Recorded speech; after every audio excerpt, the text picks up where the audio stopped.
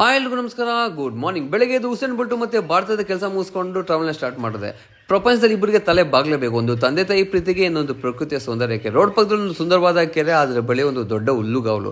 ಅಲ್ಲಿ ಒಬ್ಬ ಕಾಲೇಜ್ ಹುಡುಗ ಬರೋಬ್ಬರಿ 180 ಎಮ್ಮೆಗಳನ್ನು ಒಬ್ಬನೇ ಮೇಯಿಸ್ತಾ ಇದ್ದ. ಲೈಟಾಗಿ ಮಳೆ ಬರ್ತಿತ್ತು, ಆದ್ರೂ ಮಾತುಕತೆ ಅದು ನೀವೇ ಎಮ್ಮೆ ನಿನ್ಗೆ ಸಾಟಿ ಇಲ್ಲ. ಯಾರೇ ಕೂಗಾಡಲಿ ಊರೇ ಹೋರಾಡಲಿ ನಿನ್ನ ನೆಮ್ಮದಿಗೆ ಭಂಗವಿಲ್ಲ. ಎಮ್ಮೆ ನಿನಗೆ ಸಾಟಿ ಇಲ್ಲ. ಬಿಸಿಲು ಮಳೆಗೆ ಬಿರುಗಾಳಿ ಚಳಿಗೆ ನೀ ಅಳುಕದೆ ಮುಂದೆ ಸಾಗುವೆ. ಅರೆ ಅದು ಹೆಂಗೆ ಅಂದ್ರೆ ಒಂದ್ ಎಮ್ಮೆಗೆ ಒಂದಿನ ಕಾಯ್ಬೇಕು. 80-170 ಇದಾವ. 180 ಇದೆಯಾ? 20 ಇದಾವೆ. ಒಂದ್ ಎಮ್ಮೆಗೆ ಒಂದಿನ ಕಾಯ್ಬೇಕು. ನಾವ್ 2 ದಿನ ಕಾಯ್ದ್ರೆ ಮತ್ತೆ 1.5 ತಿಂಗಳ ತನಕ ನಾವ್ ಎಮ್ಮೆ ಬರಂಗಿಲ್ಲ. ಆತರ ಓ, ಇದೆಲ್ಲ ಒಬ್ಬರದೇ ಅಲ್ಲ ಆಕ್ಚುಲಿ.